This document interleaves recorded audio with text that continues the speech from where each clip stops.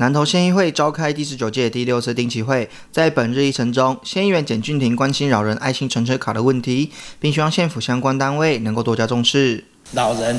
爱心卡伊要提升到1000块了，结果伊有做到，但是要让县民有感度，我拄则讲的，尽量会使你的交通工具，恁尽量给因提供，提供对咱县民，甚至对遐计程车司机。业者都是很正面的，也可以提升他们的经济，带动咱整个社会环境。你应该去想办法。外县市咱隔壁台中市都已经用这样嘛，因都有早做啊，莫讲因的财运较好啦，好不？你这项你来研究一下。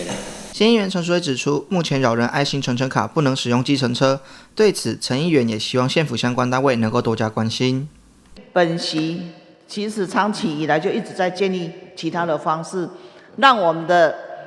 南投县民能够很足够的来享用我们爱心的乘车卡。当然，每一个民众有他们的需求。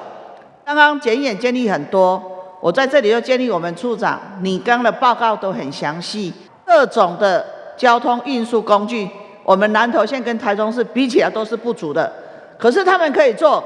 我建议你，我们就尽力来做，达到说，让我们这个65岁以上的这些老人家拿到这一张爱心乘车卡，他们觉得很有用。目前县内只有2台文康车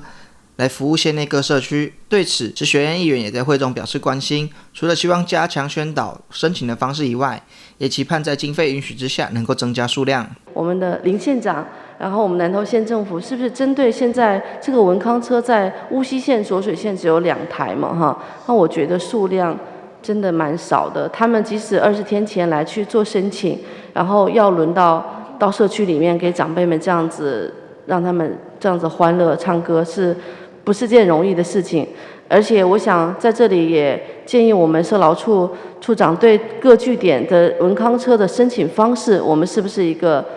宣传？学院建议啦，如果经费允许的状况下，是不是可以再增加各多1台？在本日会中，县议员陈淑慧、简俊廷、石学院议员关心县内老人福利问题，并在会中提出意见，也希望县府相关单位能够多加重视，造福县民。记者邱平义南投县议会采访报道。